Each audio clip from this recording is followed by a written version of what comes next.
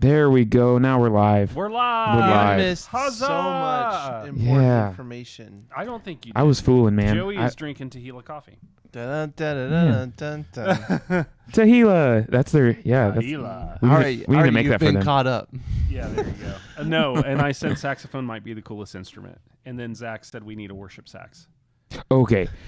There's a song. I will never find it, and it drives me crazy. They'll but I never find it. found this song, and it was like electronic music, and then it had a drop at the end with a crazy sax solo at the end. Okay. And I love it, but I cannot find that song. Gotcha. And it was like... Can you hear this?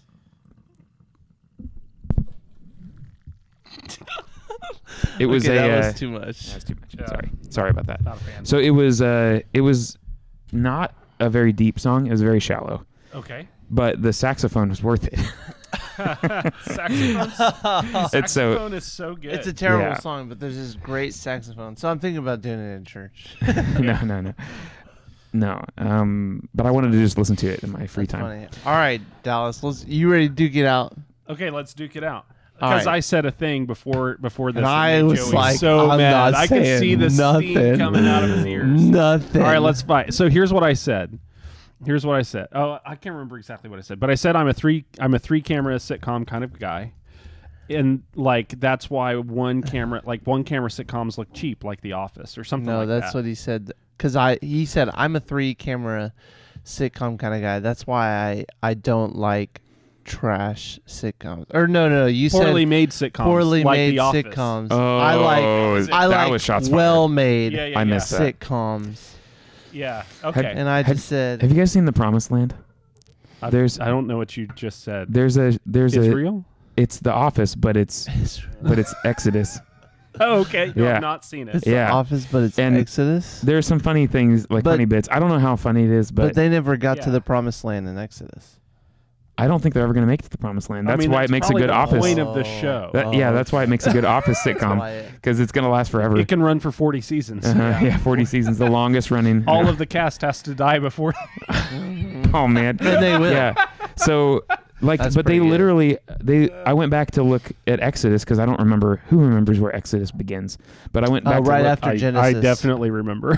like the things that are happening. They're in Egypt. Yeah. Yeah, I mean, but in like slavery for but, like, 400 years. Everybody forgot about Joseph. there's some details. Okay. And a new pharaoh rose. So there's some details in there of like the goings on, and that's where they start in the show. And I was like, that's clever. Uh-huh. And so they have some This is Zach trying to divert so that me and Dallas don't fight. start throwing Harmony. hands. Anyways, let's go back to The Office. Yeah. Anyways. No, but it's like The Office. It's a single camera sitcom. So here's the thing. I know that I'm wrong. Can I start there? Yeah. Ooh. Because the entire world loved The entire Office. world knows that you're wrong. Yeah, I'm okay with that. I'm fine with being wrong on this. I've tried to watch it so many times. I've tried to muscle through. Did you skip season 1? Episodes. I've tried starting in later seasons. I've tried all of the things. I think that The Office is one of those things that people only like because it's fun to quote. I was so mad at Michael Scott for a long time. Yeah. Many seasons because it was just like See, I think stupid.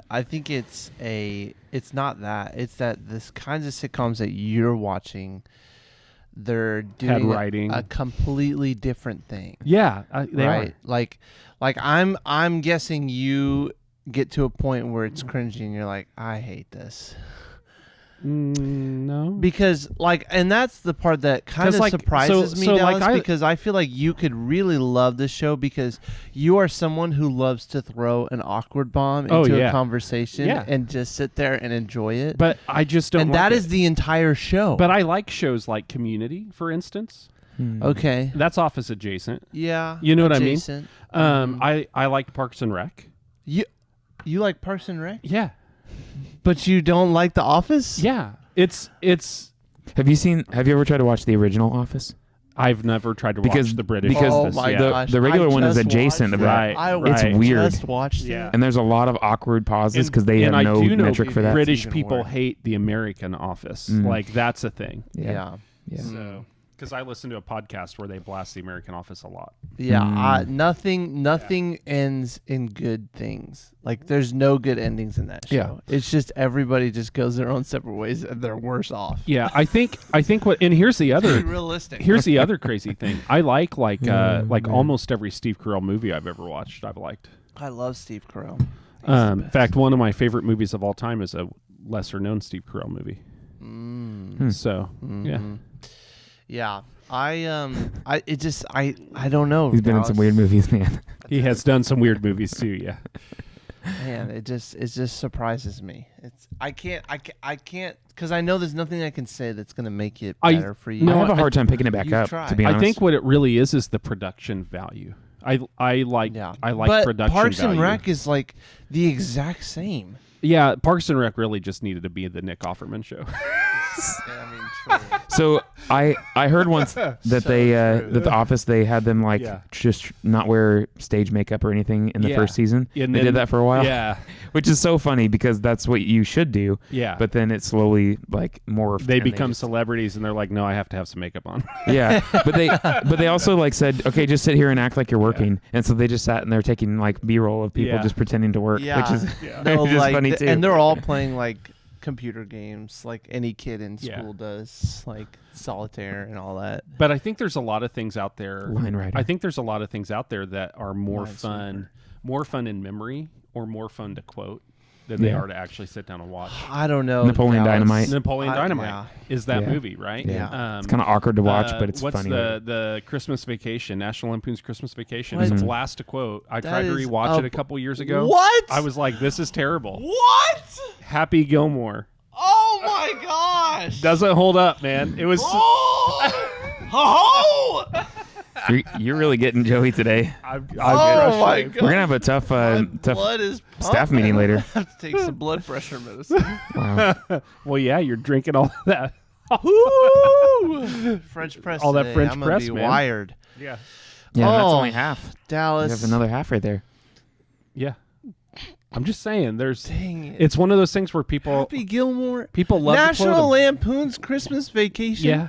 I laughed my butt off the entire time. I'm just saying. It does create something between people who have seen the movie. Yeah. No matter their experience there, they have this common thing, and that becomes almost more important than the movie itself. Stands up for a meal and says the Pledge of Allegiance. Yeah. That's always going to be. Yeah. That's always going to be funny Quotable, to quote. But, oh my goodness. Oh. Yeah. So I just, it makes no sense, Dallas. You're an enigma. No, it's the boring pieces between the quotable bits, or the cringy pieces between the quotable bits, and I'm like, yeah, this isn't that fun to watch. It's just fun to talk about. Interesting. Yeah. I don't know. Is that all? Is that all wrong? shows? Tell though? me in the comments I'm wrong. Yeah. No, Bob Weber told me Joey's correct. Joey's great. Hey, put her there, Bob. That's right. There you go. Joey's the same as in person. Joey's going to go get a Brooks Brothers suit this week. Yeah. That would be awesome. That's what I should be for Halloween is Bob Weber. You should do it, man. You should do it. Dude, if you don't know Bob is a super sharp dressed guy. The one day that Halloween is on Sunday, I'll come dressed up as you, Bob. Does Will Clutho watch this? Huh? Does Will Clutho watch this? I don't know. Who knows? Okay. I don't know. Just give him a message. I have no expectation We're just gonna that start anybody shouting out watches this. He just Will Clutho. Shout out. Shout out to Will Clutho. No other reason. We need the horn we can honk when we say someone's name. Yeah. Oh yeah. You know. Yeah. Yeah. And it. Yeah. So no, but I know somebody who's going to dress up as Will. Oh, funny. That's what I was going to say. That's so good. Oh snap! That's so good. Actually, yeah, me too. Yeah. Yeah. It's so just Kevin. just in case he's watching, you know. Yeah. Our two doctors Steve in Meyer. the church. Yeah. I'm just kidding. What if our whole eldership dressed like Will Clutho? Oh, it'd be so good. That would be awesome. Oh, Bob Weber's honking for us. Thank you, Bob. Yes, thank you. Yeah. Anyways, I'm just no, give but him yeah, all I'm a the 3-camera likes. This is sitcom great. kind dude, of guy. and I love all those sitcoms. Like I'm just a sitcom kind of guy. I'm always what's the best description of a three camera sitcom? So like Full House, Home Improvement, Seinfeld. Okay. Yeah, Friends. You know, How I Met Your Mother. Okay, cool. So it's that vein. Yeah, that's good. That's good. It's the polished. Yeah. they're doing the shots all in one space. Yeah. Do they have live audiences for some of those? A lot of them do. Wow, that's crazy. Yeah, a lot of them do. That's crazy. Not all of them. They also put in laugh tracks. That's actually another descriptor of a 3-camera sitcom is a laugh track. I have a friend who cannot stand laugh tracks. Yeah. Like if it's in there, he's out. He's out. And I get that. But that's like if they didn't do their job right, because normally you don't totally notice until. Yeah. So, or at least I don't. Maybe I just am. I notice. Okay. Like when you're like you hear the same pattern of laughing every time, you go. I think. Yeah. Sometimes though, like you can tell it's real. Like especially that there was a stint where Kramer and Seinfeld just like they couldn't do the show because he was like getting so much applause. Yes. Like you could tell that was. Oh man. Yeah. What a good day and a bad day. Oh man. Yeah, gotta love it, man. Gotta love it. Oh man. Okay, so we should change gears and talk about yesterday. Yeah. Speaking of sitcoms, let's talk about Exodus. So I really like the graphic this time. Dude, at the most like surface level thing too. that we can shoot for. It made it look like fall on the stage. That was my goal. And I added the lights because I was like, how can I support this? And we talked about campfires. Yeah. Yeah, and so I did some uplights too on black walls, which isn't I'm probably breaking the rules there. Yeah. But I think it was okay, and it kind of fanned the stage out a little bit more. But it looks really good. And I don't remember what you were wearing, but I feel like it was also in the same line. I tried. Not that that's I was what we're wearing shooting a tan for, jacket. Yeah. He was wearing his Nate Bargatze outfit. There you go. I was wearing my Nate Bargatze's got the same. Did you wear that too when you went and saw? No, I should have. You should have. I should have because we have the same hair. We have the same clothes. Like, I'm just his big brother, man. Yeah. So there you go. Oh man. No, the image. So as you know, I mean, insider baseball, the images always portray something for the series. Mm-hmm. And so that's what I was going for. So I was really. That's what they come here to watch the Worship Hangover for. Yeah. So I made this particular image. Mark and I make most of the graphics in general. Zach every once in a while. Occasionally they'll let me do it. Yeah. I'm good. Joey never gets the ask. I just send you pictures of Jonah and the whale, and then I've got my hands full with one social media page. You guys take care of it. So the graphics always try to convey something, and so this graphic I was trying to convey fall is. I love fall. It's my favorite season. I love the color changes, but if you don't love fall, what you see is death. You see dying. You see winter on the horizon. You see darkness. And all of that, and so I was kind of playing with that emotion, it definitely was a big change from last Formed. week. Yeah, because Formed is this bright, like greenish, teal blues, and then this one's like red, trees and white. Yeah. And so that's that was the thing. I was trying to make that like emotional shift in people's mind to take them on a journey as they saw the image, like you kind of know where we're going. Yeah. And so that's what that. Cool. Yeah. That's good. I love that like intentionality, and it's kind of like the little Easter eggs hidden sometimes. And sometimes I try to do that. Like I try to like foreshadow the sermon with the things that I say sometimes, and so I think that's a. Dude, I looked at it and I was like instantly like I was like that could be a good shirt. Yeah.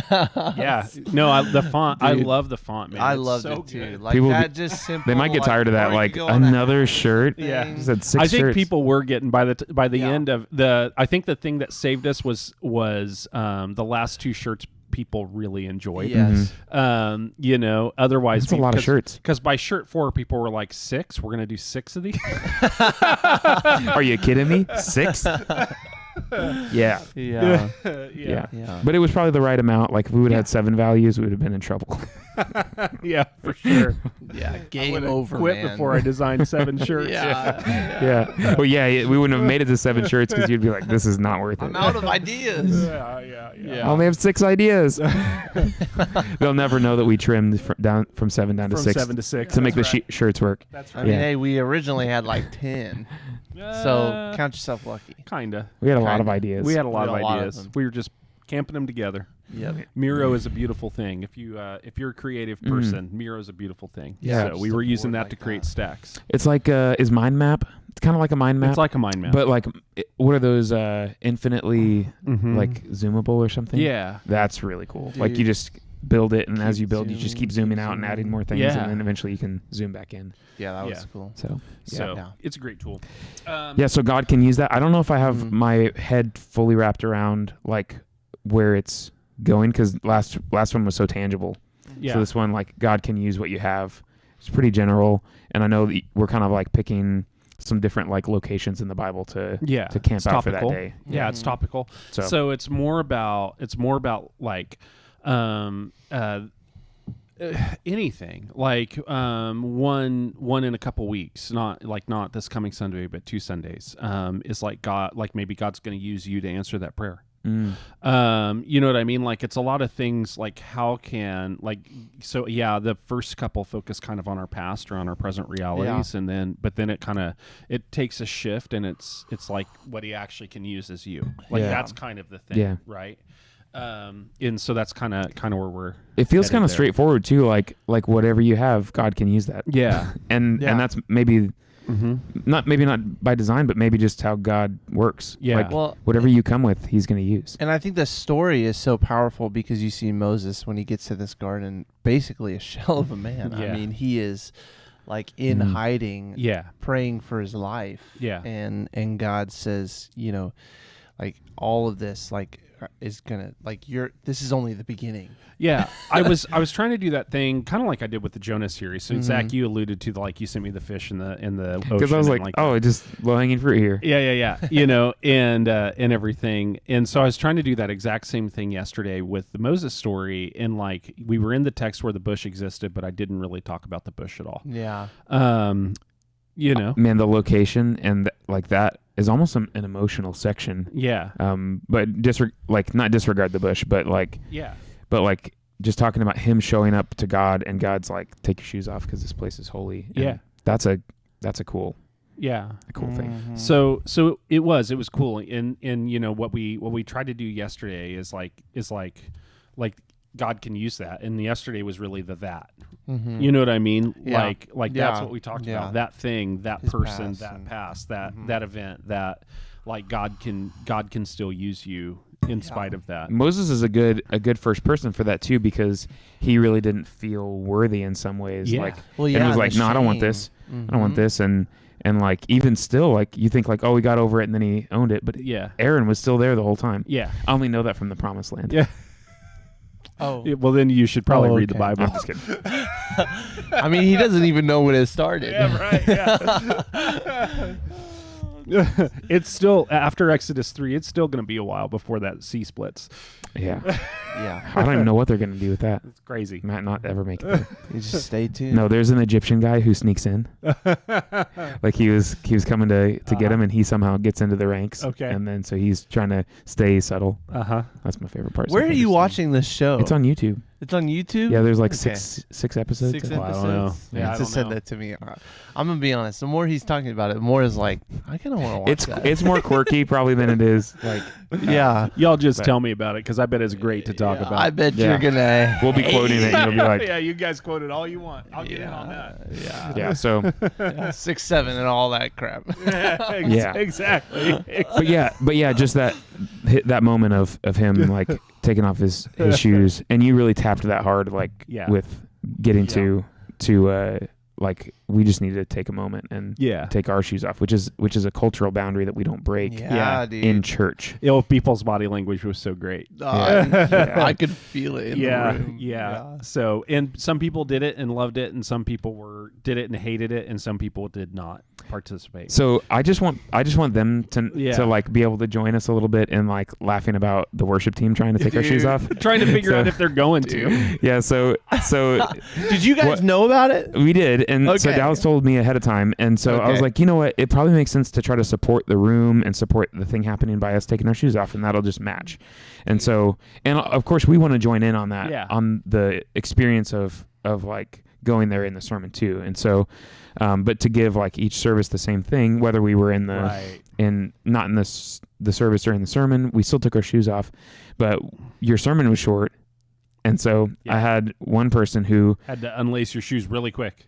They ditched their shoes and just threw them I think they threw them, but threw them into the little closet cove area. The dark abyss. And then go get them later. And so he told me about that, and I just laughed because I was thinking he was moving during the prayer, taking his shoes off and ditching them so that the sermon to do what he was supposed to do. Yeah.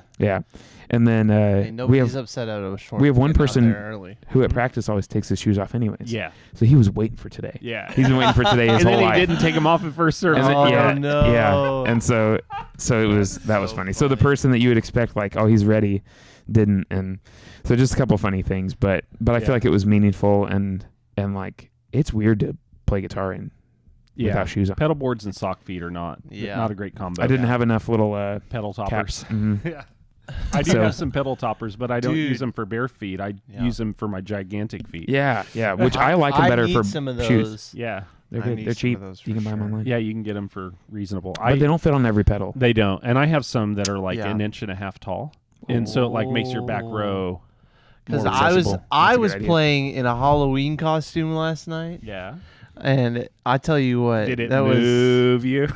What kind of costume was it? It was hard to move my foot and hit the chorus pedal on the back row. I was a cowboy. Cow boy. Yeah, there you go. He was a boy. My kids were not buying that. They were like, "No, he's not. He's just a cow." He's just a cow? What do you mean? I had a hat and boots on. I tried to tell them. They wouldn't believe me. They wouldn't believe me. Yeah. So almost a minotaur. That close. Almost. So close. Man, my mind never went there yesterday, but that's pretty good. That is. Yeah. Oh. You guys don't even know. Let me tell you what just happened yesterday. So I was just gonna move on and let him. No, and I almost think I might need to post this on Facebook, but I don't know how. So. We had our Halloween theme night. The Facebook app. But will the sticker work? Oh, the sticker. Yeah. Oh, you want the sticker? Yeah. The sticker will work in the comments section. I don't know if it works in the main post. I don't know. But anyways, so you're saying post the sticker in there?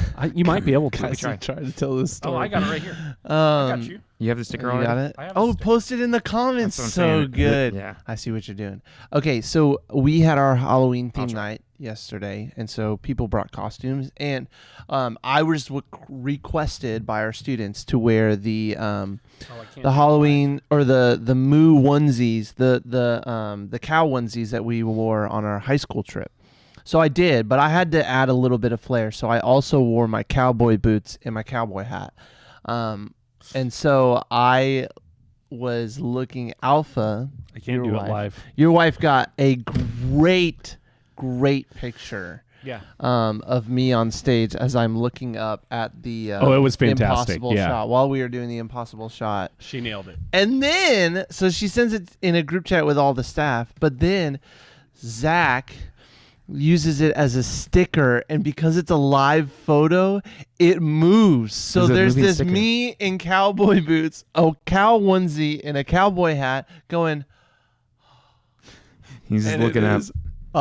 Amazing. We're trying to get it to you, but I don't know if it's gonna work. I know. I can't. They're trying, guys. They're trying. If not, it'll show up on Facebook.